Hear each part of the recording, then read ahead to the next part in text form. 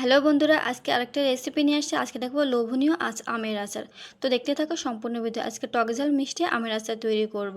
প্রথমে আমি একটা মশলা তৈরি করে নিয়েছি। দেখতে পাচ্ছ কী কী মশলা আমি এতে দিয়ে দিচ্ছি, দিয়ে গুঁড়ো করে নিয়েছি। তারপরে একটা কড়াই দিয়ে দিচ্ছি এবং দিয়ে দিচ্ছি দারচিনি, এলাচ আর দিয়ে দিচ্ছি তেজপাতা আর দুটো শুকনো মরিচ দিয়ে ভালো করে ভেজে নিয়েছি। তারপর দিয়ে দেবো আদা রসুন বাটা এবং দিয়ে দেবো একটু শুকনো মরিচ আর সরিষা বাটা, দিয়ে দেবো একটু পরিমাণ মতো হলুদের গুঁড়া, দিয়ে ভালো করে মশলাটা কষিয়ে নিয়েছি।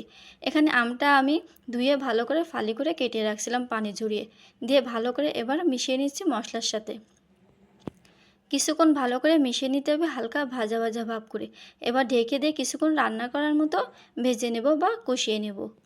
তো দেখো আমি ভালো করে কষিয়ে নিচ্ছি। এখানে কোনো পানি ব্যবহার করা যাবে না। দিয়ে দিচ্ছি স্বাদ মতো লবণ। এবার দিয়ে দিচ্ছি এখানে 1 কাপ পরিমাণ হচ্ছে খেজুরের গুঁড়া এবং 1 কাপ পরিমাণ দিয়ে দিচ্ছি এখানে চিনি। চিনি আর গুড়টা একসাথে ভালো করে মিশিয়ে নেব আমের সাথে। দেখো চিনি আর গুড়টা ভালো করে গলে গিয়েছে এবং একটু পানি পানি ভাবও চলে আসছে। এভাবে আমি আরও কিছুক্ষণ নেড়ে নেব। দেখো আরও কিছুক্ষণ নাড়তে নাড়তে কালারটা অনেক সুন্দর চলে আসছে। এভাবে আমি নেড়ে নিচ্ছি কিছুক্ষণ। এবার দিয়ে দেবো যে মশলা তৈরি করা, দিয়ে আরও ভালোভাবে মিশিয়ে নিচ্ছি। আমটা কিন্তু আমার একদমই সেদ্ধ হয়ে গেছে। তো দেখো কত